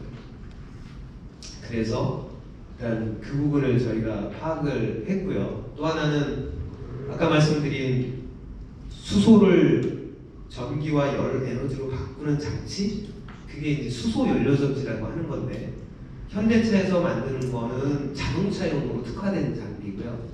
그게 아니라 이렇게 발전하는 데 특화된 연료전지가 또 따로 있습니다. 근데 그 종류가 여러 가지가 있는데 그 중에서 세계적인 기술이라고 하는 SOFC라는 그 기술의 장치가 있는데 현재는 미국의 블룸 에너지라는 회사만 만들고 있어요. 그리고 몇 해 전에 LG CNS가 그 외국 기술을 가져다가 4,500억을 쏟아붓어요. 그 블룸 에너지처럼 발전용 연료전지를 만들려고. 근데 실패하고 손 들었습니다. 대기업이. 반면에 저희 중소기업이 있는데요. 비코파워라는 회사가 그 원천 기술을 가지고 상용화했고요. 그 양산 라인을 짓는다고 해서 저희 시에서 3년 동안 저희가 구입을 했습니다. 그 양산 라인을 평택에 좀 지어달라. 그럼 뭐 기업에서도 그럼 우리 뭐 도와줄 거야? 뭐 이렇게 나오는 거잖아요. 그래서 우리가 수소 산업을 하고 있기 때문에 너희 제품들을 우선적으로 쓸 수 있는 그런 역할을 해줄 거야. 그러니 우리 지역에 양산 라인을 지어. 그래서 투자 유치가 이루어졌고 그 연료전지 회사가 브레인시티의 양산 라인을 구축을 하게 됩니다. 근데 이 연료전지라는 게 뭐냐면 연료전지 발전에서 열이 나오잖아요. 열이 나오는데 겨울에만 쓰고 여름에 못 쓰면 이 연료전지 발전도 효율이 떨어지는 거예요. 그런데 뭐냐면 연료전지에서 나오는 열을 가지고 경동보일러의 장치를 연결을 해서 그 열을 가지고 에어컨까지 돌리는. 그래서 아까 포승에 이제 수소 시범도시를 저희가 하는데 거기 아파트에는 이제 이 관내 기업이 된 미코파워의 연료전지가 전기와 열을 만들 거고, 그리고 그 온수를 가정에 받아서 겨울에는 난방을 하고 여름에는 경동 보일러가 만든 이 시스템, 이게 거의 이제 실외기만 해요. 에어컨 실외기. 에어컨 실외기 자리에 경동 보일러 제품이 설치가 되면 전기가 아니라 온수로 에어컨을 가동하게 돼요. 아마 이 정도가 좀 생활에서 느낄 수 있는 그 수소 에너지의 편익이 아닐까 그렇게 생각을 하고 있습니다. 제가 느낀 것은 틀림없는 게 어쨌든 어떤 큰 정책적인 부분에서 행정이 주도해 가기는 하지만 행정의 입장과 시민의 입장은 다를 수 있습니다.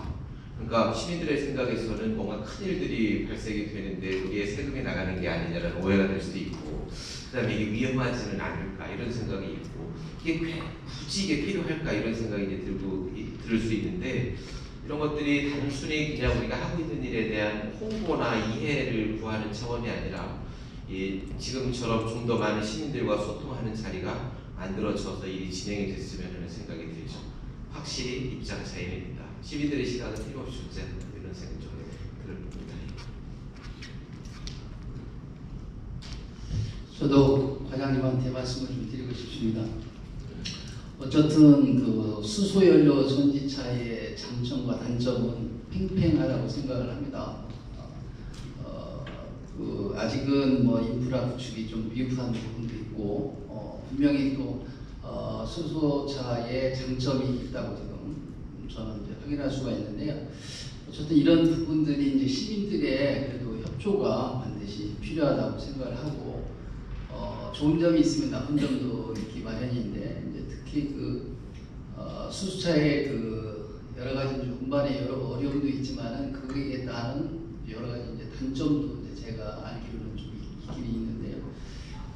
특히 수소 같은 경우는 인화성이 이제 높다 보니까 이제 폭발력이라든가, 그리고 좀 이렇게 이제 그 유출이라든가 이런 부분들이 이제 있지 않겠습니까? 그래서 지역 주민들이 불안해할 수도 있고, 이제 폭발력이라든가, 그래서 이런 안전 문제가 이제 발생이 분명히 이제 되리라고 생각하는데, 우선은 시민들이 이 부분에 대해서 이제 그 안전 문제에 대해서 동의가 돼야 또 입지 선정이 되는 거 아니겠습니까? 모든 아무 좋은 제도가 있다 하더라도 시민들이 좀 안전해야 되는 부분들이 있는데, 혹시 시에서 그런 대책이라든가 강구의 방법은 좀 있는지 말씀해 주시죠. 지금 이제 이응현 교수님께서도 이제 말씀을 주셨지만, 일단은 시민들하고 소통을 좀 많이 해야 될 것 같습니다. 그게 이제 가장 중요한 키포인트가 아닐까 생각을 하고요. 또 다시 한번 안전 문제가 나오기 때문에 좀 설명을 올리면, 그 누출됐을 때의 위험성은 뭐 일반 그 휘발유 유증기 문제라든가 아니면 도시가스나 프로판보다는 좀 더 안전하긴 합니다. 그리고 사실 수소차 같은 경우에는 수소를 담기 위한 탱크가 뒤에 있죠. 그리고 기체를 그냥 넣어주면 많이 못 넣기 때문에 압력을 가해서 고압가스 기체 상태로 넣어주게 되어 있어요. 그러다 보니 사실 위험도가 있는 건 사실입니다. 하지만 그 자동차에 있어서는 안전성이 생명이 있기 때문에 많은 시험들을 하고 그다음에 테스트를 거칩니다. 쉽게 얘기해서 그 현대자동차는 그 수소차에다가 테러를 가정해서 총격을 가해봤어요. 총을 쐈어요. 근데 어떻게 됐을까요? 터지지는 않았고요. 이게 뭐냐면 탄소 섬유라는 걸로 이렇게 그 용기가 만들어져 있어요. 그러면 거기에 총격이 가해지면 폭발하는 게 아니라 축구공에 구멍이 나서 바람이 새듯이 외부로 수소가 분출이 돼요. 이제 그런 시스템이기 때문에 현재까지 이게 위험한 사례는 없었습니다. 그리고 아까 말씀드린 것처럼 그 수소뿐만 아니라 뭐 산소, 질소 뭐 이런 것들이 다 고압가스 형태로 다 운반이 돼요. 기체들의 부피가 크기 때문에. 이런 것들이 이미 산업 현장에서 150년 이상을 관리되어 왔기 때문에 그 중에서도 또 우리나라의 그 기준이 되게 까다롭다고 하더라고요. 뭐냐면 지금 유럽에서는 수소 충전 셀프로 해요. 근데 저희는 셀프 용납도 안 됩니다. 뭐냐면 안전관리자와 자격이 있는 사람만 이렇게 충전하실 정도로 어떻게 보면 이런 산업들이 활성화되는데 어떻게 보면 너무 규제가 심하다. 우리 기업들은 이렇게 얘기를 하고 있죠. 그래서 에너지라는 게 어떤 에너지든 간에 위험성을 가지고 있지만 그게 안전하게 기술적으로 관리되고 있다는 말씀을 드리고요. 그렇기 때문에 이런 문제에 대해서 지금처럼 소통하고 이렇게 서로 알아가는 과정들이 좀 충분해야 된다고 생각합니다. 저는 하나만 제가 초기에 말씀드렸던 거는 이 수소에너지 물류센터 이것들이 위험하다 안 위험하다는 문제가 아니라 이 유치함으로써 지역 경제의 발전 효과만 얘기하는 것이 아니라 평택시가 탄소 중립이라든지 이렇게 그런 도시로서의 어떤 정체성을 갖기 위한 제반 수소 에너지 활용을 위한 정책들은 계획이 없는지가 궁금하거든요. 어떻게 예를 들어 제주도 같은 경우는 이제 전기차만 들어오게끔 하고 휘발유나 이런 차들 못 쓰게 한다든지 이런 것처럼 그다음에 각 지자체에서 전기차를 살 경우에는 보조금을 주지 않습니까? 이런 것처럼 이제 우리가 수소 어떤 에너지 비전을 평택시가 가지고 있다면은 탄소 중립 도시로서의 평택의 어떤 정체성을 위해서 수소 에너지를 사용하는 차를 살 경우에 평택 시민한테 그 보조금을 뭐 계획을 하고 있다든지 이런 그런 도시 전체가 가지고 있는 탄소 중립 도시로서의 어떤 정체성을 위한 제반 정책들이 따로 있는지 모빌리티 말고 그걸 제가 좀 정책들은 좀 만들어지고 있는 것 같은데 한두 가지 설명해주죠. 지금 뭐 직접 언급하셨듯이 이런 친환경차에 대한 보조금이 있느냐 당연히 있습니다. 그리고 사실은 이제 정부에서 보조해주는 금액은 일정하고요. 근데 지자체에서 추가로 보조해주는 금액이 다 다릅니다. 근데 실은 보조금을 가장 많이 주는 데는 지금 화성시고요. 솔직히 말씀드리면. 그리고 그 다음이 지금 평택시입니다. 그리고 나머지 시군들은 저희만큼 보조금을 주지 않습니다. 그래서 지금 화성시로 수소를 옮겨서 수소차를 구입하는 사람도 없지 않아 있고요. 그리고 또 하나는 평택이 수소 가격을 좀 저렴하게 유지를 해왔습니다. 왜냐하면 어떤 친환경차를 이용하기 때문에 그거에 대한 혜택이 있어야죠. 그래서 수소 가격을 저희 충전소에서 다른 지역보다 좀 저렴하게 했더니 다른 지역에 있는 분들이 평택을 와서 수소를 넣고 그래서 저희 수소 충전소들이 너무 바빠서요. 이제 근래에는 또 아까 이제 블루수소라고 말씀드렸잖아요. 천연가스를 가지고 만드는 수소다 보니까 이 우크라이나 러시아 전쟁 상황 때문에 천연가스 가격이 너무 올라버렸어요. 그래서 지금은 저희가 가격을 올려서 9,900원을 받고 있는데 다른 지역보다는 또 쌉니다. 다른 지역은 지금 10,000원이 넘는 곳이 상당히 많죠. 그래서 사실은 시에서 이제 전기차도 저희가 보조금을 줘서 많이 보급하려고 노력을 하고 있고 정책적으로 수소차도 마찬가지 저희가 보급을 하고 있습니다. 그리고 시내버스에 대해서도 지금 점차 늘려나가고 있고 그다음에 최근에는 출퇴근 버스 지금 현재 관광버스 형태의 그 버스들이 지금 삼성 같은 경우에 한 600대가 다니고 있어요. 근데 전국에 아직 이런 트럭을 충전할 수 있는 충전소가 거의 없거든요. 저희 평택은 미리 감안해서 준비를 했고 그러다 보니까 이런 출퇴근 버스의 경우에는 아까도 설명드렸지만 전기 버스로 하기가 좀 어렵습니다. 동력이 더 많이 필요한 거라서. 그래서 현대자동차는 지금 관광버스 같이 이런 큰 버스는 전기버스 안 만들고 수소버스만 온리 만들고 있는데요. 이 부분도 저희가 다른 지역보다는 먼저 보급을 해서 일단 지금 보급되고 있는 대수 가지고 환경이 좋아졌습니다라고 얘기를 할 수는 없지만 이렇게 미세먼지라든가 아니면 탄소를 줄이기 위해서 이렇게 수소 모빌리티를 다른 지역보다 더 적극적으로 지금 보급을 하고 있다는 말씀드립니다. 그리고 사실 저희 아직 좀 부족한 게 뭐냐면 지금 말씀 주신 것처럼 이런 계획들을 만들고 실행하는 과정에서 이제 소통의 부분도 좀 저희가 부족하고, 그 다음에 이런 것들을 시민들한테 이제 홍보하는 그런 기회나 이런 것들이 좀 많아야 되는데 일에 매몰을 돼 있다 보니까 못하는 부분이 많이 있어요. 그래서 이런 것들이 우리 지속 협에서도 어떤 프로그램으로 시민들한테 이런 이야기들을 소통할 수 있는 이런 프로그램들을 만들어서 지속적으로 많은 시민들과 같이 이렇게 대화할 수 있는, 소통할 수 있는 기회들이 더 많아진다면 지금 이제 말씀 주신 것처럼 이 도시의 정체성이나 방향성들이 좀 높아질 거라고 보여지고요. 그리고 네, 그렇습니다. 거기까지 말씀드리겠습니다. 한 분만 간단하게 하시죠. 그러면 예, 선생님.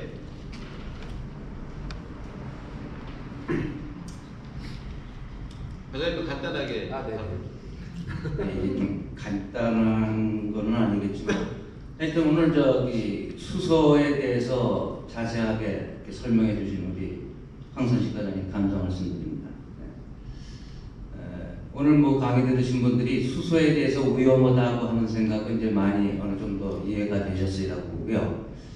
좀 정책적인 걸 관계로 해서 좀 여쭤보고 싶은데요.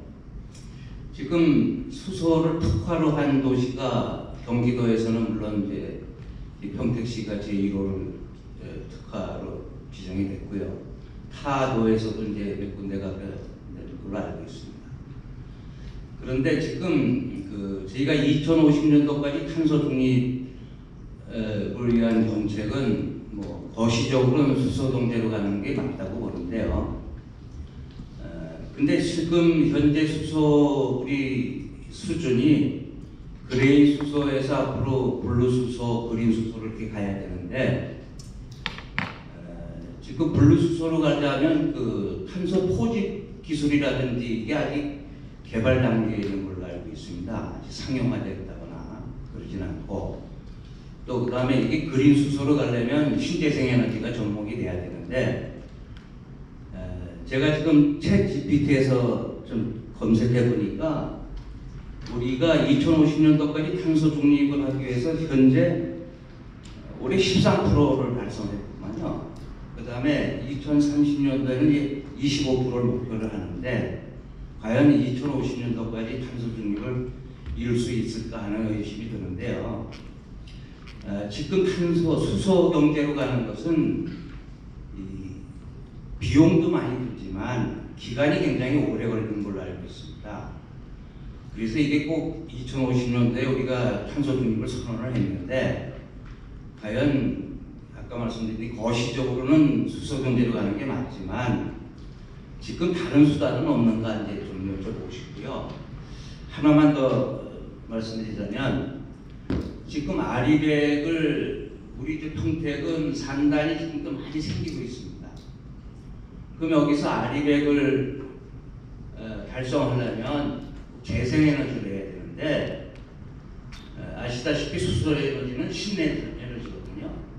그럼 재생에너지로 공급할 수 있는 이런 기반이 전혀 지금 평택에는 없다고 보는데요. 거기에 대해서 어떤 뭐가 평택시에서 계획이 있는지 좀 두 가지만 좀 핵심인데.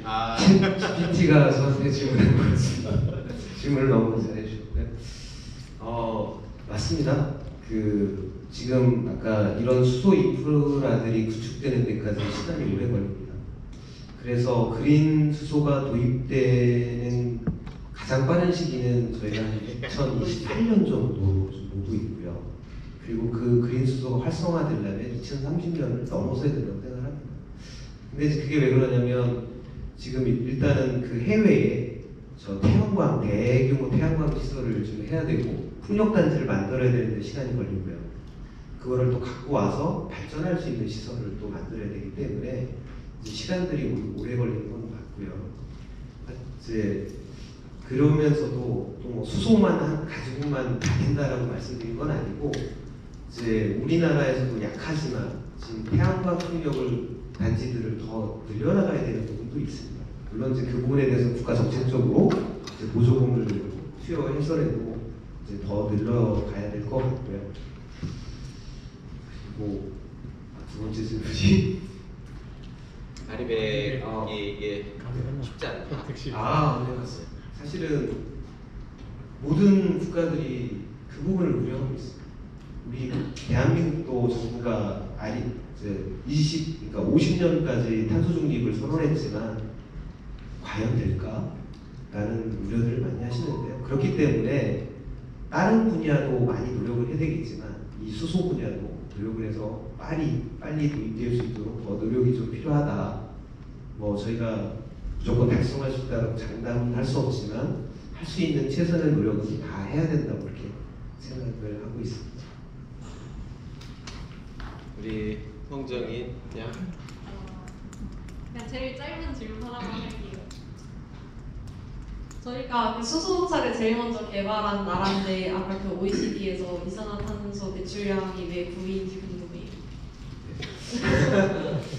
그 부분은 이렇습니다. 아까 이제 탄소 배출 부문을 저희가 이제 표로 봤지만 발전 부분이 가장 크고요. 그다음에 모빌리티와 거의 쌍벽을 이루는 게 제조 분야입니다. 그러니까 우리나라는 사실 경제가 제조를 해서 수출을 하는 나라다 보니까 다른 나라에 비해서 이산화탄소 배출량이 높을 수가 없어요. 밖에 없어요. 그래서 중국이 인구도 많고 인구도 넓지만 중국 또한 제조업이 워낙 큰 비중을 차지하기 때문에 이산화탄소 대량이 많다고 볼 수 있습니다. 저희가 농사만 주로 졌다면 이렇게 이산화탄소가 많이 나오진 않겠죠. 강의 자료를 좀 이렇게 한글로 해서 첫 번째는 발전의 이산화탄소 배출이 가장 많은 부분을 차지하고 두 번째는 이제 생산과 관련된 소비와 관련된 부분, 그 다음에 이동수단과 관련된 부분, 또 어떤 게 있죠? 노동, 축산, 수산 쪽, 요 정도. 그래서 이제 제조업에 들어가는 게 이제 에너지잖아요. 우리나라는 제조업을 지원하기 위해서 전력이 되게 싼 나라지 않습니까? 그러니까 제조업과 발전 부분을 합친 여기에서 가장 많이 이산화탄소를 발생하고 있는 거고, 그 다음에 모빌리티 쪽은 전기차, 수소차를 공급하고 있지만 전체 비중에 아직 1%가 제한되고 있습니다. 그래서 앞으로 더 많이 늘려나가야 이제 이산화탄소를 좀 줄여나갈 수 있을 거라고 생각하고 있습니다. 그냥 질문입니다. 15위 안에 제가 봤는데 상위 5개가요 72%의 90%를 차지해요. 탄소 발생을. 그러니까 미국, 중국, 뭐 사우디아라비아 이 5개국이 90% 이상의 탄소 발생을 하고 있는데 이런 국가 간에 이런 페널티나 이런 부분이 논의는 안 되는 건가요? 네. 그럼 국가적으로 논의를 하고 있는데 싸우고 있는 것 같습니다. 뭐냐면 지금 개발도상국 같은 경우에는 이 탄소 문제를 우리가 만든 게 아니잖아요. 우리는 그 당시에 농사만 줬었던 거고, 니네 선진국들이 탄소를 해가지고 1.5도씨를 해놨기 때문에 이 문제가 생긴 거니 선진국들이 우리가 친환경 에너지로 전환하는 데 있어서 부담을 해줘야 된다라고 주장을 하고 있는데 유럽이나 미국에서는 무슨 소리냐 이제 그러고 있는 거죠. 그러다 보니 아직까지 세계적으로 그런 논의는 잘 안 되고 있는 게 사실입니다. 지속가능 발전 목표에 대한 다양한 견해를 좀 여러분들이 가지셨으면 좋겠습니다. 우리가 꼭 무조건 다 해야 되는데 지금 말씀하셨던 대로 저쪽에서는 이산화탄소를 가장 많이 발생되고 있는 국가가 앞에 부분들인데 왜 이렇게 가야 되나, 이런 내용들이라든지 뭐 탄소 중립에 대한 얘기들, 또 수소에 대한 얘기들, 에너지에 대한 얘기들, 아리백에 대한 얘기들, 오늘 너무 다양한 관점에서 토론을 하시고 질의응답하셔서 너무 좋았습니다. 여러분들 수고하셨습니다. 오늘 수업은 여기까지 하겠습니다. 수고하셨습니다.